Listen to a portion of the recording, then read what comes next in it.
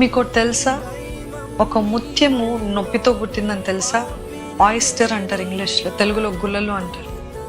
ఒక ఇసుకరేణు కానీ, ఒక పురుగు కానీ, ఒక పారాసైట్ కానీ ఈ ఆయిస్టర్ ఈ గుల్లలోకి ప్రవేశించినప్పుడు ఆ ఆయిస్టర్ ఫస్ట్ రియాక్షన్ ఏంటిదని అంటే బాధ కాదు, కన్నీరు కాదు, ఏంటి జీవితం కాదు, కానీ తను తాను కాపాడుకోవడానికి ఒక మెరిసేటి పదార్థాన్ని, నేకర్ అనే ఆ ఫ్లూయిడ్ని రిలీజ్ చేస్తుందంట. ఆ ఫ్లూయిడ్ ఏం చేస్తుందంటే ఏదైతే చికాకు పెడుతుందో, ఏదైతే దాని లోపలికి ప్రవేశించిందో దాన్ని లేయర్స్గా కప్పి, ఆ కప్పినది నెలల తరబడి దాని ఆ ప్రొసీజర్ ఒక ముత్యంగా మారుస్తుంది.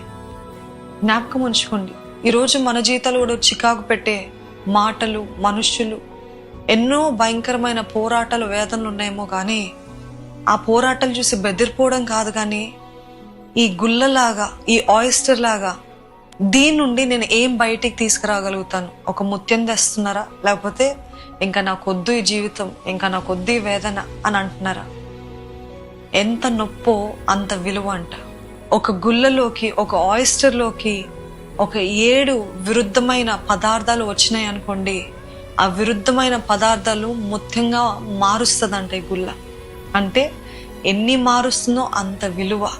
ఈరోజు మన జీవితాల్లో కూడా ఎన్ని దెబ్బల్లో, ఎన్ని వేదనలో, ఎన్ని శోధనలో, ఎన్ని బాధల్లో మనకంత విలువ. How can you tell a person is valuable? By the number of enemies, by the number of attacks that he has.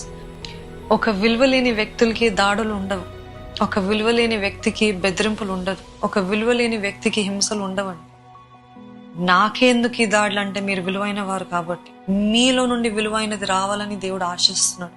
అందుకనే దావీదు అంటాడు, శ్రమ నొంది ఉండుట నాకు మేలాయను. యోసేపు అంటాడు, మీరు కీడును ఉద్దేశించారు కానీ దేవుడు అది మేలుగా మార్చాడని.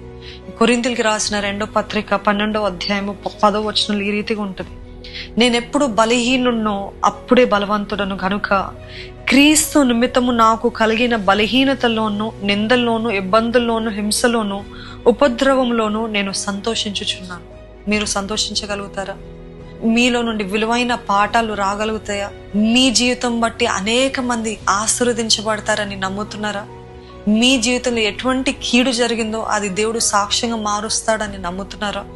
అవన్నీ చేస్తాడండి దేవుడు. ఎప్పుడు అని అంటే నాకు వద్దు కాదు, దీని నుండి నేను ఏం నేర్చుకోగలుగుతానయ్యా, దీని నుండి నేను ఇంకా జ్ఞానంగా ఎలాగా నడుచుకోగలుగుతాను. Remember, the more you are attacked, the more you are valuable. God bless you.